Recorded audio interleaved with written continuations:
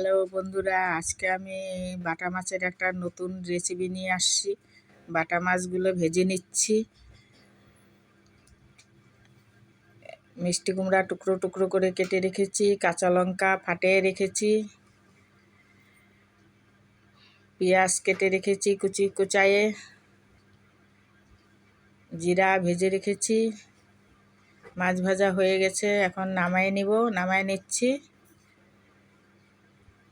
কালো জিরা তেলের মধ্যে ফোড়ন দিয়ে দিচ্ছি, একটু তেল দিয়ে দিচ্ছি কড়ার মধ্যে, পেঁয়াজ দিয়ে দিচ্ছি। কালো জিরা, পেঁয়াজ, কাঁচা লঙ্কা তেলে ছেড়ে দিচ্ছি। মিষ্টি কুমড়োগুলো দিয়ে দিচ্ছি।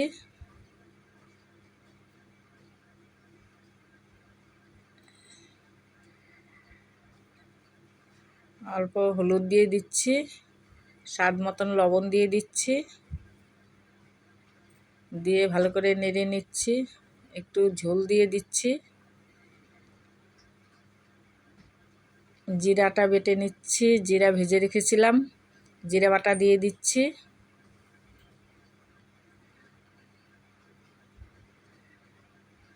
মাছ দিয়ে দিচ্ছি। আপনার সঙ্গে থাকুন, দেখতে থাকুন, লাইক করুন, শেয়ার করুন, কমেন্ট করুন, একটু ভালোবাসা দিন। নামায় নিচ্ছি, হয়ে গেছে।